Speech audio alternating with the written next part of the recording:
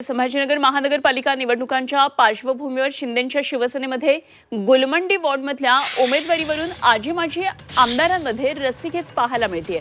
शिंदेंच्या शिवसेनेचे आमदार प्रदीप जयस्वाल आणि माजी आमदार किशनचंद तनवाणी यांनी आपल्या मुलांसाठी गुलमंडी वॉर्डमधून उमेदवारीची मागणी केलेली आहे।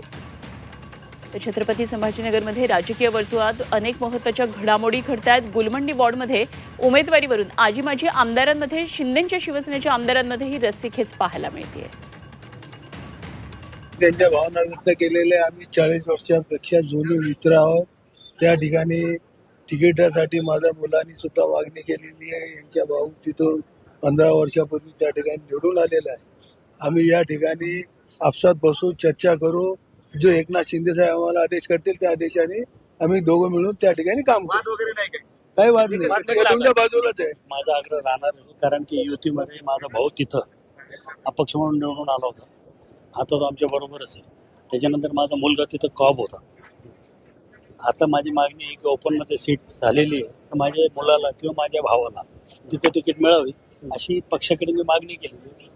शहराचे आमदार आहेत प्रदीप जयस्वाल, आता माझ्या बरोबर उभे आहेत, त्याच्या मुलाची मागणी आहे। शेवटी आम्ही दोघंही बसून निर्णय घेऊ। दोघंही कसे नगरसेवक होतात त्या बाबतीत आम्ही आपसातच चर्चा करून निर्णय घेऊ। झाला तर योग्य, चांगली गोष्ट आहे, नाही तर मग एकनाथ शिंदेचे निर्णय घेतील। हे सर्व प्रश्न प्रत्येक निवडणुकीमध्ये येतात, याला काय विशेष नसतं। यांचा मुलगा लढतो का यांची मुलगी लढते हा प्रश्न गौण आहे आमच्यासाठी।